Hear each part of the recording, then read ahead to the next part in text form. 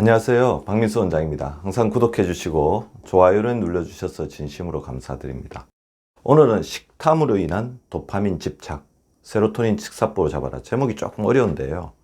자, 우리가 음식에 대해서 굉장히 집착하는 것 자체에 작용하는 이제 도파민은 호르몬이 있는데 그 부분이 너무 과하게 되면 음식 자체에 대한 식탐이 생기고 그래서 가식이나 폭식, 배가 고프지 않은데도 계속 음식을 통해서 즐거움을 얻으려고 하는 탄수화물 중독에 빠질 수 있다. 근데 이 부분을 해결하기 위해서는 세로토닌이라는 행복 호르몬, 이게 포만감을 또 주는 호르몬이거든요. 이 세로토닌 식사법을 하면서 이 도파민에 대해서 우리가 집착하는 가장 큰 이유는 현대인의 스트레스와 관계가 있습니다. 그래서 그런 부분을 조금 말씀을 드리려고 하는데요. 자, 폭식이나 가식, 적절하게 절식을 하고 적당하게 음식을 먹으면 좋은데 폭식이나 가식한 두 가지 원인은 가짜 식욕, 그러니까 물리적으로 이제 위가 채워졌는데도 불구하고 머릿속에서 아직 위가 비어있다고 생각하기 때문에 끊임없이 허기를 이제 갈망하는, 그러니까 채워지지 않는 허기, 가짜 식욕, 심리적 허기라고도 합니다. 두 번째는 식탐입니다. 어떤 스트레스를 받거나 굉장히 힘든 일이 있었는데 어떤 음식을 먹었더니 그 음식 자체가 굉장히 자기에게 즐거움을 줬다는 거죠. 그때 도파민이 분비돼서 그렇거든요.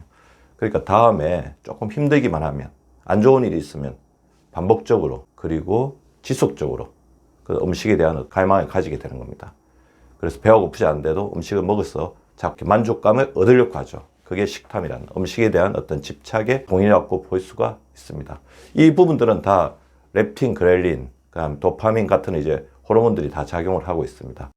그래서 자, 여기 그림을 잘 보시면 음식을 먹었더니 조금 힘든 일이 있을 때, 스트레스 받는 일이 있을 때 도파민이 분비가 되면서 기분이 좋더라.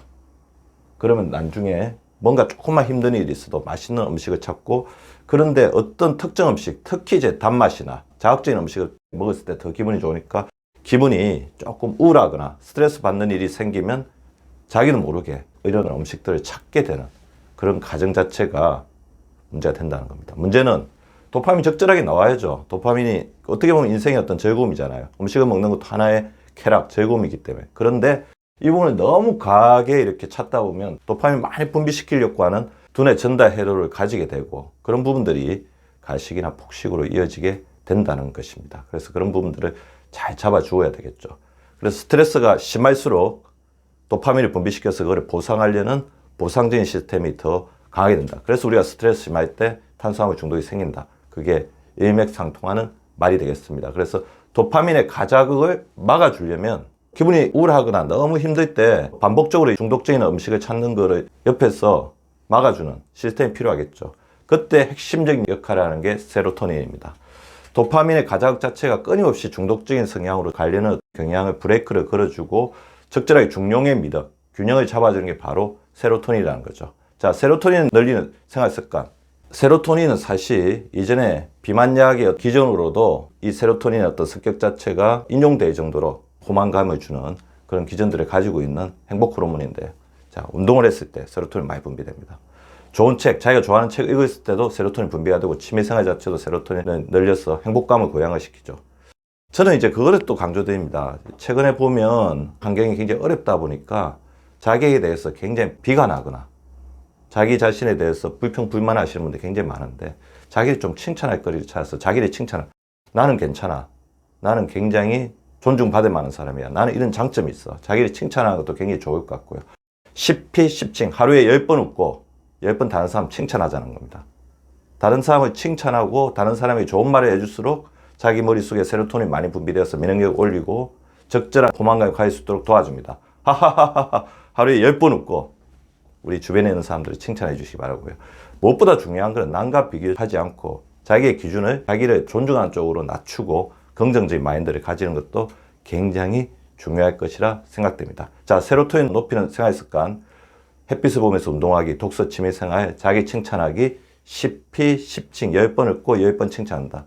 기준을 자기를 사랑하는 쪽으로 낮추고 긍정적인 마인드를 가야 한다. 반드시 명심해 주시기 바랍니다. 세로토닌 늘리는 식사법에 대해서 좀 말씀을 드리려고 하는데, 일단 현미 오곡밥을 드시라는 겁니다. 복합당을 섭취하는 게 좋죠. 왜냐하면 우리가 단순당을 섭취하면 혈당 건너뛰기 현상에 의해서 저혈당일 때 도파민, 오존에 대한 갈망이 심해지거든요. 그래서 복합당을 먹으면서 혈당 편향을 잡아줘야지 세로토닌이 충분하게 자기 역할을 할 수가 있습니다. 단순당, 탄산음료, 스낵, 설탕 등은 하루에 25g 이하로 제한하는 게 좋습니다. 생선을 또 드셔야 되죠. 동물성 단백질은 뭐 생선에서 얻으시는 것도 굉장히 큰 도움이 됩니다. 고등어는 DHA가 풍부하여 뇌 발전에 도우며 세로토닌의 주성분인 트립토판은 청어에서 얻을 수 있습니다. 비타민 B6가 풍부한 연어는 뇌 기능을 향상시킵니다. 연어, 청어, 고등어 같은 생선들을 적절하게 섭취하셔서 우리 세로토닌의 원료를 얻으시기 바랍니다. 콩과 두부도 도움이 되죠. 식물성 단백질은 대두콩이나 두부에서 충분하게 얻어주시면 도움이 될 것 같고요. 또 섬유질은 하루에 30g 이상 섭취를 하셔야 됩니다.